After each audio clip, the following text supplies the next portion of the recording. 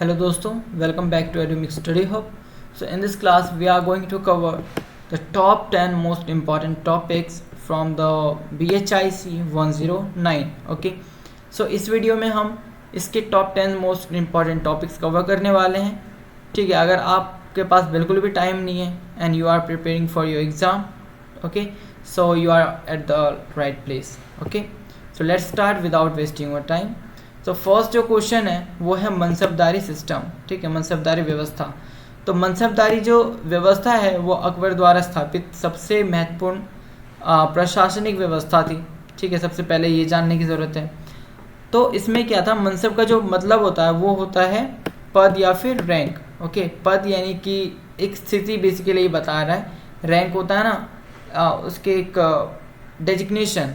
Okay, तो प्रत्येक अधिकारी को उसके पद के अनुसार जो था वेतन यानी कि सैलरी और सम्मान यानी रिस्पेक्ट और सैन्य दायित्व दिया जाता था. मनसब को जो था दो भागों में बांटा गया था. पहला था जात और दूसरा सवार. तो जात का जो काम था ना, जात अधिकारी की व्यक्तिगत स्थिति और वेतन को दर्शाता था, जबकि जो सवार था उसके घुड़सवार सैनिकों की संख्या बताता था. ठीक है, और इस व्यवस्था से प्रशासन और सेना दोनों पर सम्राट का प्रभावी नियंत्रण बना रहता था. तो अब यहाँ पर है अकबर की भू राजस्व व्यवस्था, डोटरमल की सहसाला प्रणाली. तो इसमें क्या है कि जो डोटरमल थे उन्होंने भूमि माप, फसल के औसत उत्पादन और 10 वर्षों की औसत उपज के आधार पर क्या करा, कर निर्धारण की दहशाला प्रणाली लागू करी. ठीक है, कर निर्धारित किया किसके आधार पर, लोग जो कि 10 वर्षों की औसतन उपज थी उसके आधार पर. जिससे क्या हुआ कि इससे कर वसूली अधिक व्यवस्थित हो गया, न्याय संगत बन गई. ठीक है, यानी अब किसी के साथ अन्याय ढंग से नहीं हो रहा था, कर वसूला नहीं जा रहा था. किसानों और राज्यों को दोनों को ही लाभ हुआ तथा मुगल साम्राज्य की जो आर्थिक स्थिति है ना वो मजबूत हो गई. और ये व्यवस्था अगर इसकी बात करें तो ये अकबर की सबसे सफल आर्थिक उपलब्धियों में से एक मानी जाती है. नेक्स्ट है अकबर की धार्मिक नीति, जिसको कि सुलह कुल की नीति के नाम से भी जानते हैं. तो सुलह कुल की अगर नीति की बात करें, सुलह कुल का अर्थ होता है सभी के साथ शांति और समान व्यवहार. तो अकबर ने सभी धर्मों का सम्मान किया. ठीक है, धार्मिक सहिष्णुता की नीति अपनाई. उसने जजिया कर समाप्त कर दिया. जजिया कर बेसिकली क्या होता था, जो कि उस टाइम पे गैर मुस्लिमों पे लगाया जाता था, तो उसको समाप्त कर दिया कि कोई मुस्लिम हो ना हो उससे फ़र्क नहीं पड़ता, उसके ऊपर ये कर नहीं लगेगा. विभिन्न धर्मों के विद्वानों को इबादत खाने में चर्चा के लिए बुलाया. ठीक है, धार्मिक भेदभाव को कम करने का प्रयास किया उसने. और इस नीति ने साम्राज्य में एकता, स्थिरता और को जो था स्थापित करने में महत्वपूर्ण भूमिका निभाई. ठीक है, तो बेसिकली सुलह कुल का मतलब ये था सभी धर्मों को समान लेके चलना, सबका आदर सत्कार करना और समानता का विचार लाना. अब नेक्स्ट क्या है, मुगल साम्राज्य का विस्तार और राजपूत नीति.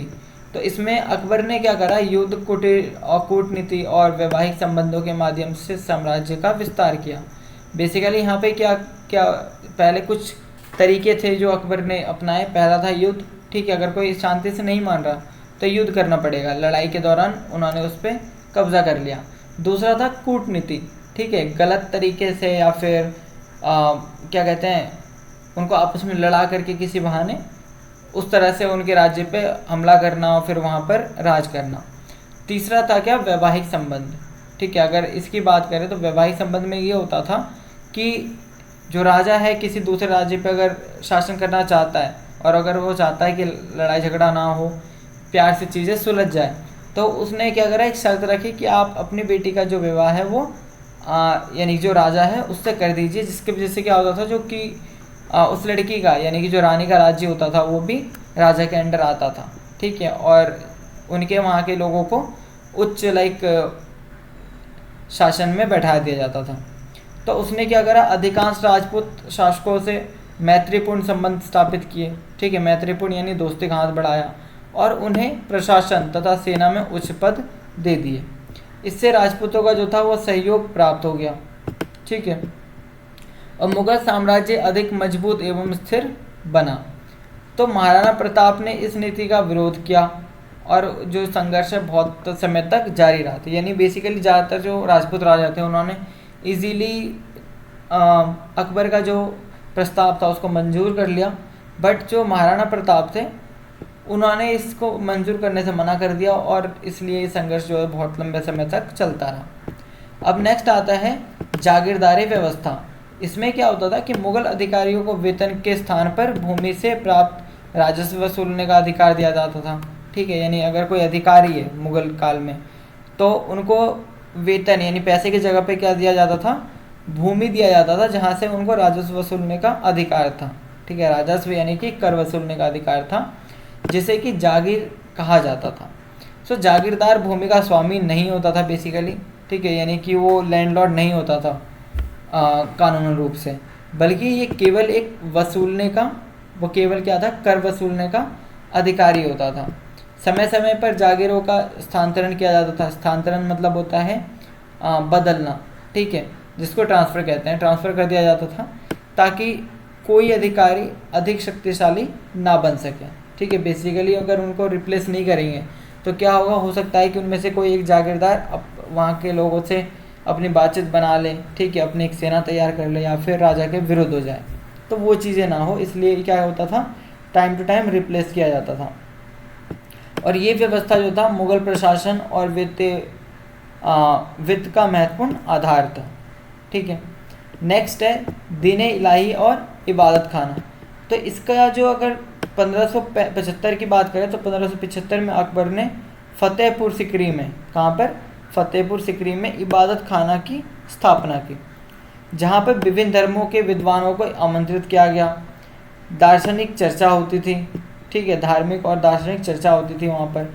बाद में उसने दीन-ए इलाही नामक एक नैतिक विचारधारा प्रस्तुत की। दीन-ए इलाही नाम की एक जो विचारधारा किसने प्रस्तुत की, अकबर द्वारा प्रस्तुत की गई है, जिसका उद्देश्य क्या था, सभी धर्मों को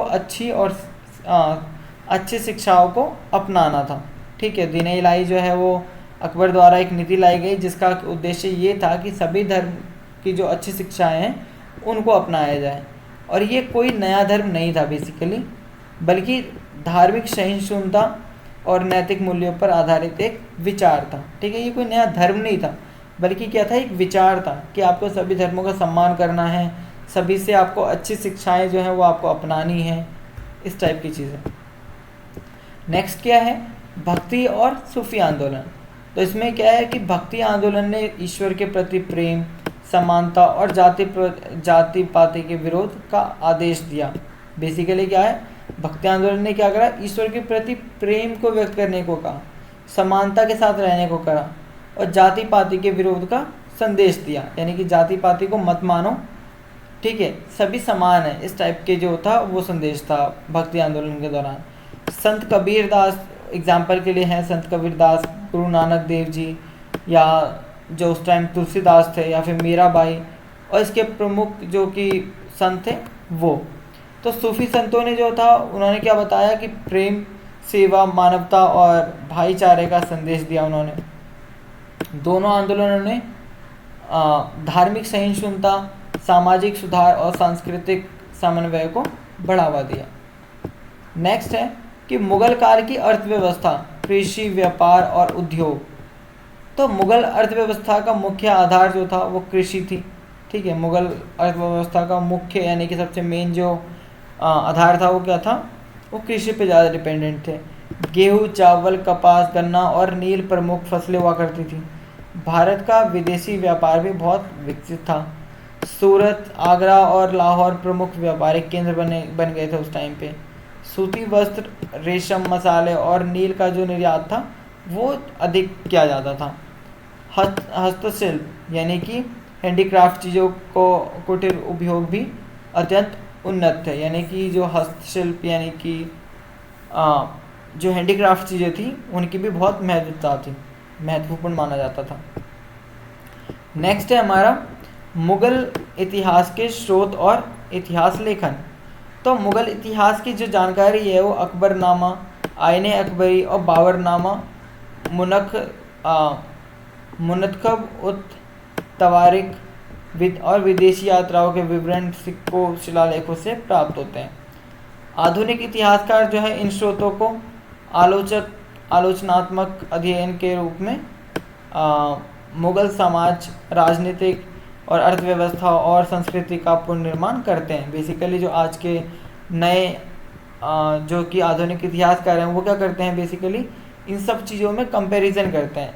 ठीक है, अगर कोई भी सबूत उनको मिलता है तो उनका कंपैरिजन किया जाता था कि, और ये भी सर्च किया जाता था कि पहले के जो वैज्ञानिक थे या इतिहासकार थे उनका क्या कहना है इस विषय पे, लेकिन अब उन्होंने नया क्या खोजा है, इस टाइप की चीज़ें।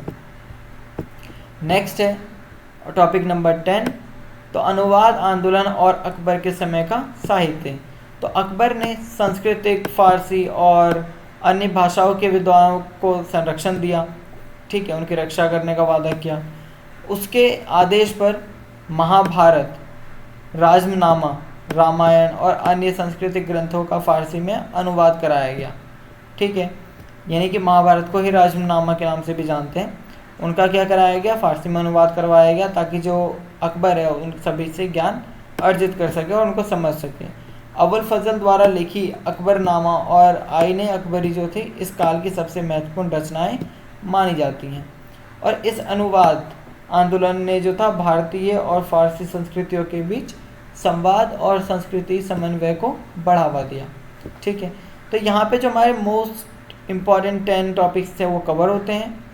और मैं आपको बता दूं कि इससे पहले मैं ऑलरेडी 20 टॉपिक्स में अपलोड कर चुका हूं, जिसमें कि मैंने प्रॉपर तरीके से उसे विस्तार रूप से बताया है, और उसमें इसके भी कुछ टॉपिक आपको मिल जाएंगे। अगर आपके पास समय है तो आप उस वीडियो को भी देख सकते हैं, और अगर नहीं है तो इट्स ओके,